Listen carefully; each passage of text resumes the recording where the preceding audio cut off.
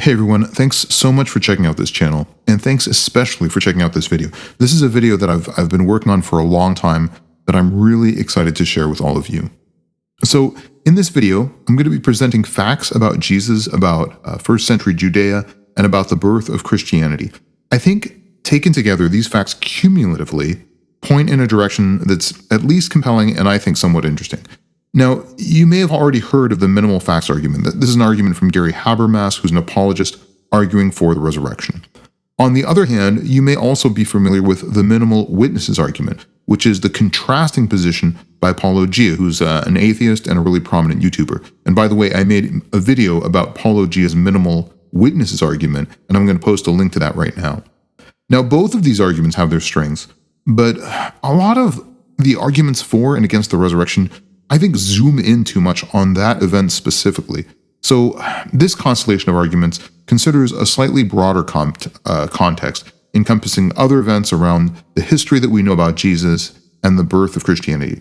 All right, so a quick obligatory plug for the channel. All right, this video did take a lot of work. I hope that you'll all consider clicking the like button, especially if you get something out of this video. Please subscribe to our channel. That does really help us out a lot. Please click the notification button so that you don't miss out on future videos. And most importantly to me, I would really appreciate to get comments on this video. If there are gaps or flaws or things that you think I've overlooked, I'd really love to know that. All right, as an additional preface, there are some apologetical arguments that seem to me to be very well worn that I didn't want to recap or include in this video, but they've been spelled out elsewhere and they've been argued for by other apologists. And by the way, also, just for fun, I decided to fact check each of these arguments that I'm including in this video. I fact checked them myself through Google AI. So I basically asked Gemini AI to score each of these arguments on a scale of 1 to 10 on the degree to which it was factually truthful. And I'm going to go ahead and report those scores. Also, I would really love it if you all would fact check me on this. I especially want to know if there's anything that I've overlooked or anything that I'm mistaken on. If there's any arguments that you think I should have included, please let me know that. All right, so here are 10 facts about Jesus and the birth of Christianity that I think cumulatively point in an intriguing direction. All right, fact number 1, Jesus taught a moral system that was unique, radical, and lofty, yet internally consistent and fully developed. And this alone is quite impressive. All right, so Jesus was probably at least centuries ahead of his time. Developments in morality are actually really few and far between in history, and most moral rules are, a lot of them at least, are merely restatements of the Golden Rule. As I mentioned in the past, even bonobos have an understanding of the Golden Rule, so we don't often find refinements in moral arguments throughout history. So this alone is pretty unusual. And by the way, Google Gemini gave this argument a score of 8 out of 10. Also, as philosophy has advanced, they often do so in communities and in an incremental fashion among several thinkers. So this also makes Jesus unusual at the very least. He came together with a moral philosophy that was kind of completely baked together and it was cohesive. And, in a time of militaristic occupation, Jesus advocated for turning the other cheek. In a circle of enemies, Jesus advocated for radical forgiveness. In a time of scarcity, Jesus rejected material wealth. In a time of adversity, Jesus advocating serving those who are under-resourced. And lastly, in a culture of rigorous legalism, Jesus was a distiller of central moral values. So this has earned Jesus throughout history a lot of respect from some of the greatest thinkers in history. Here's a quote from Albert Einstein that I really like. "I am a Jew, but I am enthralled by the luminous figure of the Nazarene. Jesus is too colossal for the pen of phrasemongers, however artful. No man can read the Gospels without feeling the actual presence of Jesus. His personality pulsates in every word. No myth is filled with such life." Here's a quote from Thomas Jefferson, also expressing, a very moralistic high degree of admiration. "I hold the precepts of Jesus, as delivered by himself, to be the most pure, benevolent, and sublime which have ever been preached to man." And here's a quote from Gandhi. Gandhi was obviously not Christian, but expressed a lot of admiration for Jesus and specifically the Sermon on the Mount. The sermon, here's the quote, "The Sermon on the Mount went straight to my heart. If I had to face only the Sermon on the Mount and my own interpretation of it, I should not hesitate to say, oh yes, I am a Christian." All right, so this fact distilled down basically is the fact that Jesus had a really insightful moral philosophy that still engenders a lot of admiration to this day, and that alone is an impressive accomplishment. All right, here's fact number 2. There is a remarkably large number of secondary sources around Jesus compared with the founders of other religions. Those sources show up very early in history after the advent of Christianity or proto-Christianity, and they rapidly grow in number. I count about 14 different surviving writings outside of the New Testament in the first 120 years of Christianity, encompassing the apostolic age and the sub-apostolic age together. Now, Google Fact Check AI gave this a score of 9 out of 10. Now, I'll put all their names on the screen, but here are some of the authors who wrote about Jesus in the first 120 years of after the advent of the death of Jesus and the advent of sort of early Christianity. Now, of these, here's the list of 6 that really, in a very direct and explicit way, affirm Jesus' miracles or supernatural works. Now, this is very unusual. If we look at how many sources originated in Hinduism that also advocated for, the veracity of the miracles that are part of the original mythology, we only have 3 to 4 sources. For Buddhism, similar, we only have 3 to 4. For Shintoism, which was a major religion for a long time, we only have 2 to 3. For Baha'i, surprisingly, even though Baha'i is a very late tradition, we only have 3 to 4 sources. For Sikhism, we only have 5 sources, and this is about 15 centuries later than the advent of Christianity. Now, for Mormonism, we have a very high number at 14, but this includes all of the Mormon church leaders, and this is essentially tied. But this is 18 centuries later, where we would expect to see a lot of preserved writings. Now, we also have 6 to 8 sources for the Islamic religion in terms of early advocates outside of the Quran itself. But the Islamic religion was about 6 centuries after the birth of Christianity. So there was actually a significant increase in literacy rate in this time frame. It was essentially 10 or 20 times higher. Now, let me just recap this point by saying that we do have a lot of people who come out very early on, again, compared to other religions very early on, and endorse the narrative that is a theological narrative about what happened around the life and the death of Jesus. All right, fact number 3. The resurrection was attested in early creedal form, suggesting that it was a shared belief held by multiple individuals. If you read Deuteronomy chapter 19, especially verses 15 through 19, it's clear that one witness wouldn't have been enough to really persuade any other Jews of any claims really whatsoever. Even for a mundane claim like a civil lawsuit, you have to have several witnesses and they have to be interrogated separately. In fact, even just to reset the Jewish lunar calendar each month, the Sanhedrin required 2 different witnesses, and those witnesses still had to be interrogated separately. Now, this doesn't necessarily prove or disprove the resurrection narrative, but what I think it shows is an important insight, which is that the Jewish culture was, particularly at this time, very, very sensitive to the fact that witness testimony was not necessarily reliable. Now, we also have a number of very early creedal beliefs suggesting that there was indeed a community of believers. The most well-known is probably 1 Corinthians 15, verses 3 through 5, which was probably an early pre-Pauline creed. Now, this is the point where we have the most unanimous, or at least consensus interpretation of accord among expert scholars, that this was something very early, probably, likely within the first year. Now, some scholars date this to between 1 to 3 years, but most scholars, I think, contend that this creed developed within the first year after the death of Jesus. Now, the rest of these creeds are other pre-Pauline creeds. So these are all creeds that developed before the era of Paul. Now, the ones that I've highlighted with asterisks are probably even earlier than that. I don't mean earlier than pre-Pauline. I mean they were in the early pre-Pauline era, so probably within 1 to 3 years of the death of Jesus at least. So there were a lot of creeds. They all sort of point in the direction of there being a community of believers. So that's fact number 3. All right, fact number 4. The secondary attestations appear to aim at factual accuracy rather than mythic storytelling, suggesting that Jesus and his healings were understood as historical realities. Now, Google AI, Gemini AI, gave this a score of 8 out of 10. So there is an immediate appeal to contemporary verification, and the miracles of Jesus are, presented in documents that were written in a way that seem to express a historical intent. Now, there are 3 qualitative differences that affect the sort of early Christian literature and differentiate it from other living traditions. So the first was the example of living witnesses. There's definitely appeal to living witnesses in a lot of these writings.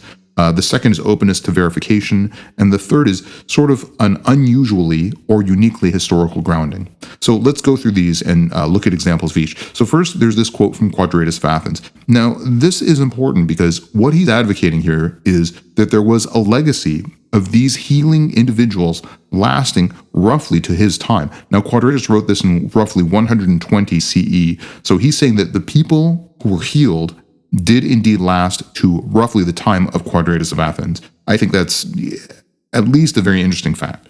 Papias of Hierapolis also puts this quote. I'll just leave the quote on the screen. And again, this is an appeal to living witnesses or living voices. Paul in the Corinthians Creed that we just discussed, talked about most of the witnesses still being alive. And Luke similarly uses language that seems to indicate an appeal for living witnesses. All right, now the second trait that I advocated was the openness to verification. So here's a quote from Polycarp of Smyrna, and he's clearly basically soliciting, please verify this information. He's saying, people remember these things, and here he ends this passage by saying, I believe that you remember these things too. And what he says here is something that's often repeated, which is, nothing is hidden from you. Irenaeus makes a very similar statement talking about Polycarp sitting and conversing with John and the others who had seen the Lord. So that's through the language of Irenaeus that he gives in this statement right here. We also have language from Paul saying, again, these things were not done in secret. All right, now, again, there's also an unusually and uniquely appeal to historical grounding. So here's a quote from Justin Martyr in his first apology, where he actually appeals to the acts of Pontius Pilate, which were recorded. So he's saying here we have a record from this era that we have access to, which is the acts of Pontius Pilate. Now, this is clearly a very intentional historical grounding. Here's another quote from Justin Martyr from the dialogue with Trypho, appealing to the knowledge base of the interlocutor. We also have the fact that this is very unique in comparison to other contemporary religious traditions, including paganism, mythologies, and the mystery cults like Mithraism. And we can also contrast this with extant religious traditions such as Islam, Buddhism, and Hinduism. The early Christian traditions, again, early in contrast to other religions, appeal to living witnesses for a lot of specific, recent, and publicly verifiable historical events as the foundation of the faith. Now, various historical scholars have underscored this as well. Larry Hurtado, who's also a secular scholar, says there is a torrent of literary texts composed in the first 3 centuries. I think early Christianity was different, even odd or bizarre, in the Roman world for these practices. Here's a quote from Paula Fredrickson, also a secular scholar. The difference is that the story of the Gospels is attached to real historical persons. In the case of Dionysus, these are myths. They're not reports of events in time. The Gospels present themselves as reports of events in time. So again, there's a quote from Paula Fredrickson, who's a secular scholar. All right, here's my fact number 5. Many religious traditions include sects that acknowledge Jesus, and we're talking about his depiction as a possible bodhisattva in Buddhism, as an avatar or yogi in Hinduism, and as a prophet in the Islamic tradition. So this is exceedingly uncommon for any religious figure in history. So Google AI gives this one a score of 8 out of 10. The 14th Dalai Lama actually has stated on several occasions that he regards Jesus as a bodhisattva. Now, this is a major figure in Buddhism. So in his book, The Good Heart, A Buddhist Perspective on the Teachings of Jesus, which is a collection of his reflections on the Gospels, he implies this view, and he's quoted as saying, "For me, as a Buddhist, my attitude towards Jesus Christ is that he was either a fully enlightened being or a bodhisattva or a very high spiritual realization." He notes that, elsewhere in this book, he notes that Jesus' life is dedicated to the welfare of human beings, and that aligns with bodhisattva motivation and great compassion. Thich Nhat Hanh, and I'm probably mispronouncing that name, is a very strong figure in Buddhism. The living Christ is the Christ of love who is always generating love moment after moment. When the church manifests understanding, tolerance, and loving kindness, Jesus is there. I've adopted Jesus Christ as one of my spiritual ancestors. We also have quotes from Swami Vivekananda, and now this is from the school of Hinduism, the Hinduist religion. And this was a key individual, by the way, who brought yoga to the West. He considered Jesus to be an avatar, or a Sakti Vesha avatar, an empowered incarnation like Krishna or Buddha. He taught that Jesus was a manifestation of God who had attained oneness with the divine or the Brahman, and he had returned to earth to help others. Sarvepalli Radhakrishnan is a prominent 20th century Hindu philosopher and the second president of India, and he also viewed Christ as a manifestation of God, probably not unique or different from other Hindu deities, but certainly on that level. The founder of the Baha'i faith, who's Baha'u'llah, also says, he calls Jesus the Son of Man, particularly in this quotation that I have on the screen right now, and he mentions that Jesus is a manifestation of God. Now, when we talk about Judaism, I normally mention the antagonistic contemporary Jewish beliefs that are written down in the Talmud or the Toledot Yeshu. But there are other works from avowed Orthodox Jews who explicitly believe in the resurrection. We have Pinchas Lapide, I believe that's the correct pronunciation, but I apologize if I'm butchering that name, who wrote in the resurrection of Jesus, the quote that you see on the screen. Now, again, this is an individual who is an Orthodox Jew, and he believed that Jesus did indeed resurrect and that Jesus was, at least in some regard, a messenger of God. Now, I just want to point out again how exceedingly uncommon this is. You're not going to find, Jews who talk about Muhammad this way. You're not going to find, Muslims who talk about the Buddha this way. It is exceedingly uncommon for religious figures to have this degree of veneration and sanctification in so many different religious traditions. I think at the very least, you have to consider that that's probably telling. Out of all the religions of the world, and out of all the figures from each religion, there seems to be this very uniquely high degree of accord around whether or not Jesus was divine. All right, minimal fact number 5 is that we have antagonistic sources that endorse the theological narratives of Christianity. Now, that alone is very unusual. Christianity is, in fact, probably the only theological narrative with core, purely theological components of the narrative being acknowledged by antagonistic sources.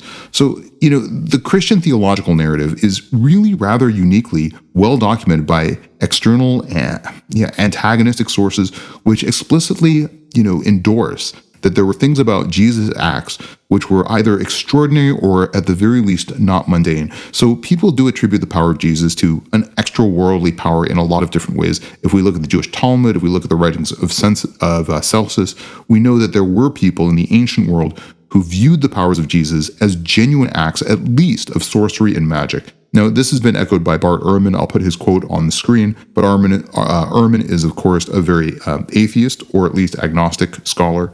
We also have Giza Vermes, who's a Jewish scholar who comments on this.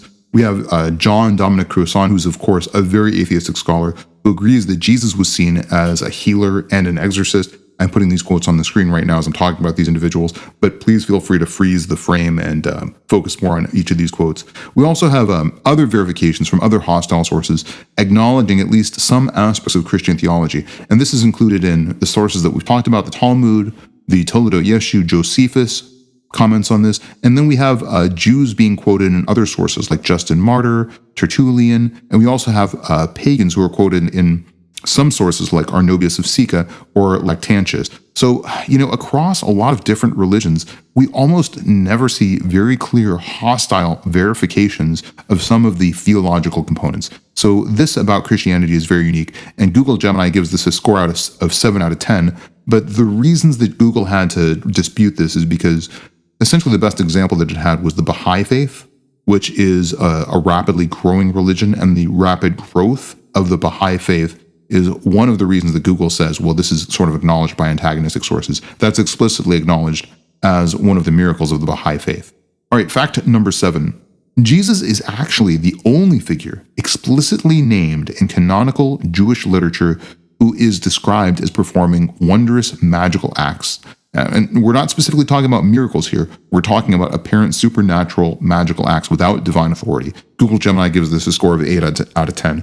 I found 3 passages that very clearly talk about Jesus as a magician. We have Sanhedrin 43a. Now, this is very well known, and I've talked about it in other videos, but it's on the screen right now. We also have Shabbat 104b, which explicitly acknowledges Jesus as a magician. We also have this very interesting passage from this source. I'll put the passage on the screen right now, but this is very interesting. So I would encourage you to freeze frame on this and read it very carefully. The reason why this is important is this talks about Jesus being able to perform healing miracles, although this was denied by a very well-respected rabbi. But this is interesting because these are not talking about healing miracles that are recorded in the Gospels. This is talking about a specific healing miracle offered to a specific rabbi.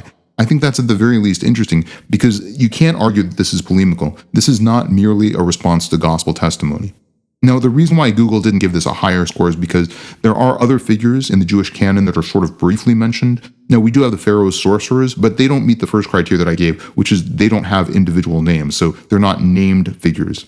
We also have the Witch of Endor. Now, the Witch of Endor isn't really named. She isn't provided with a proper name, and she does seem to be conducting a seance. And there's also this sort of debate about what magical powers she has access to, because there is some sort of, in the recounting, I won't go into too much detail, but in the recounting of the story around the Witch of Endor, she basically maybe has control of a spirit rather than being magical herself.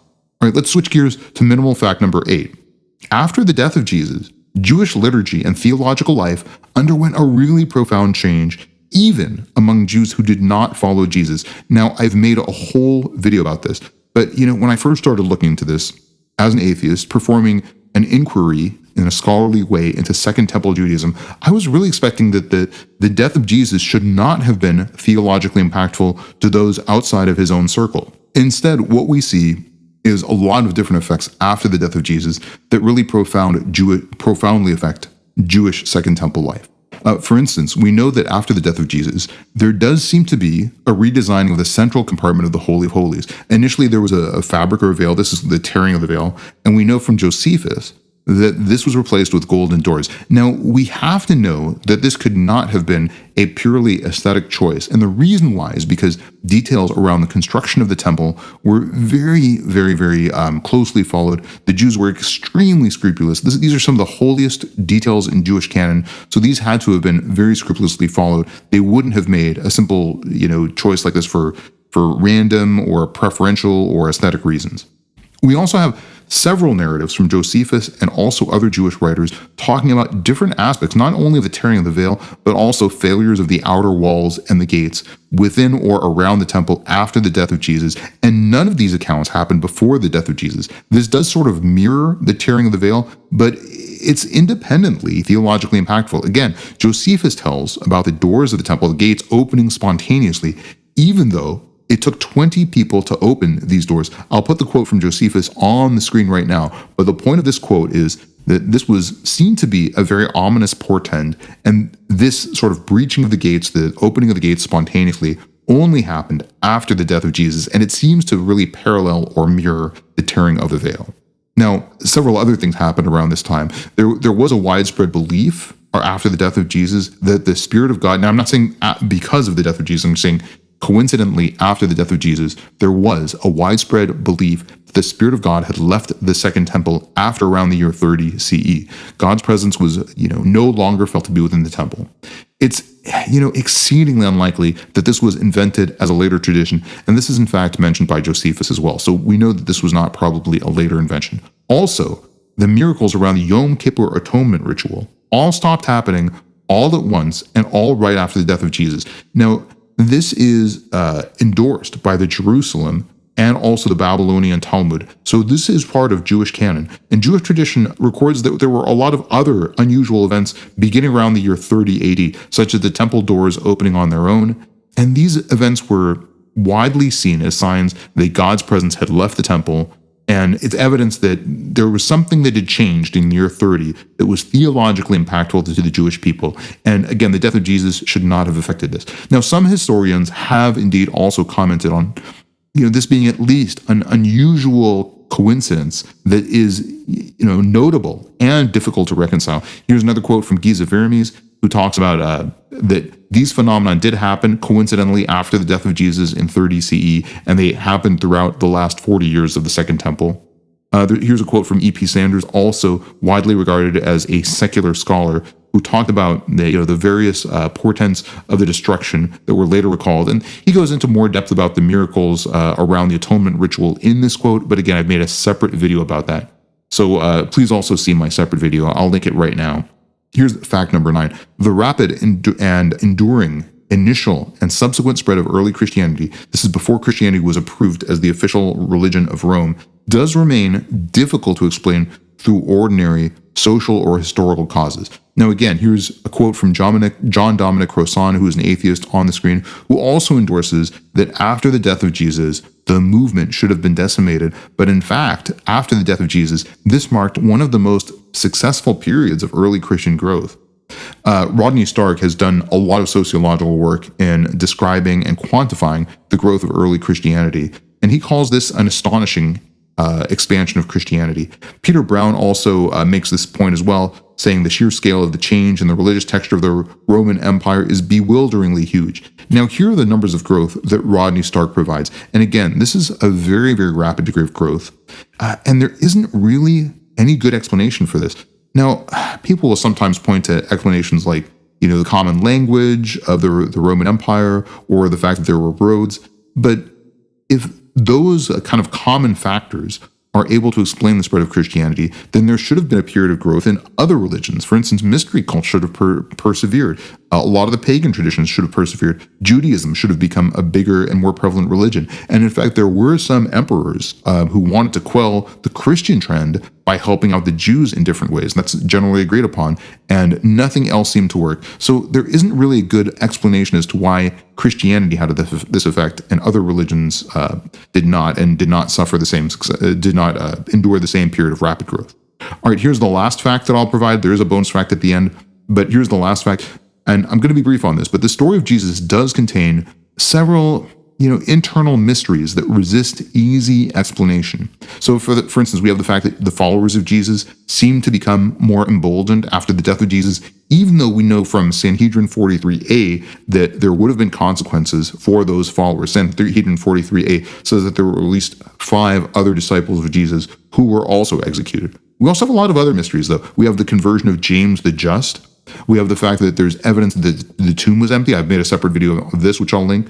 We also have the fact that Peter did experience a vision that was probably transformative.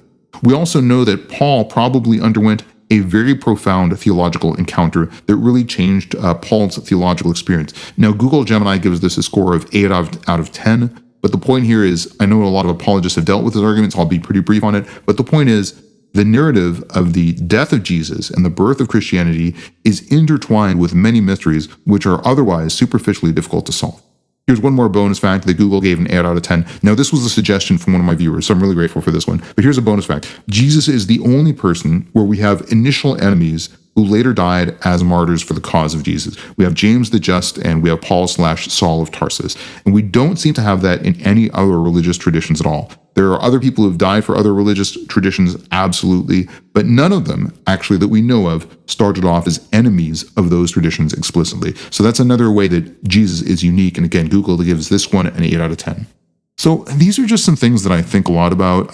These are things that I've uncovered in my scholarly journal as I've sort of transitioned a little bit from atheism towards reluctant belief.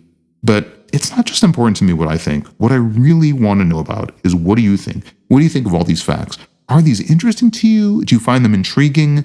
I find them at least to be compelling in the fact that there's a lot of evidence here that seems to point in a very concordant direction. So this evidence seems to be converging towards a conclusion. Now, I'm still following the evidence, and I'm still doing a lot of research. So again, I would love to know what you all think about this. Also, do you think there are any important facts, any important facets of early Christianity that I've missed? I'd really love to know about that as well.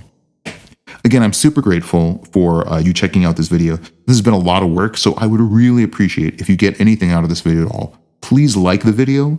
Please click the subscribe button so you keep in touch with the channel. Please click the bell icon so you don't miss out on future videos. And above all, really comment on this video and tell me more about what you think about some of the evidence that I've brought up. And maybe the most important thing to me, as always, and as with all of my videos, is please have a really wonderful day.